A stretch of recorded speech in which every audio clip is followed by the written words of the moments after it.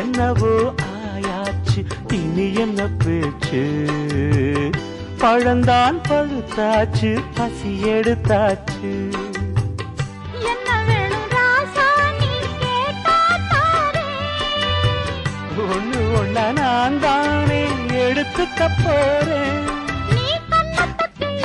என்னத்த சொல்ல நான் காத்திருந்தேன் கதவை திறந்தேன் உள்ளுக்கு வந்தேன்